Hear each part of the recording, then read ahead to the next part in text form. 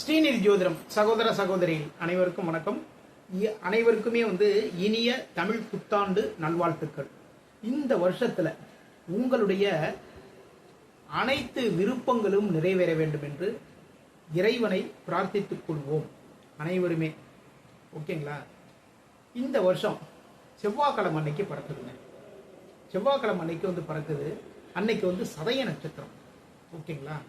அப்போ இந்த நாள்ல எந்த நேரத்துல நம்ம வழிபாடுகள் எல்லாமே பண்ணலாம் அப்படின்னா எல்லா நேரமும் நல்ல நேரம் தான்.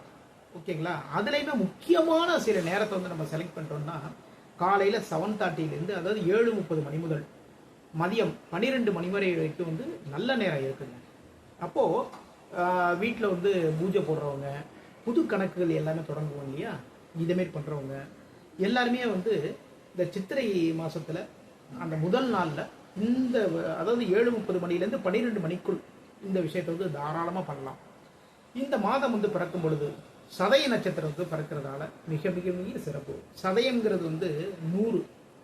ஓகேங்களா? ஒரு சதம் அப்படின்னா 100ன்னு சொல்லுவீங்களா, அது மாதிரி இந்த சதய நட்சத்திரம் பிறக்கிறதுனால பெருமாள் வழிபாடு பண்ணுங்க. பெருமாள் வழிபாடுனா எந்த கோயிலுக்கு போறது? ஆனந்த சயன பெருமாள். ஓகேங்களா? அது எப்படி அப்படின்னா ஸ்ரீரங்கத்தில் பாம்பு படுக்கையில் படுத்திருப்பார் இல்லைங்களா, அதாவது ரங்கநாதர். அது மாதிரி இருக்கக்கூடிய சயன பெருமாள் கோவிலில் வழிபாடு பண்ணலாம். சரிங்க, அங்கெல்லாம் போக முடிகிறதுக்கு நமக்கு வாய்ப்பு இல்லை. ஸ்ரீரங்கம் போக முடியாது. பக்கத்தில் கோவில்கள் இருக்கக்கூடிய பெருமாள்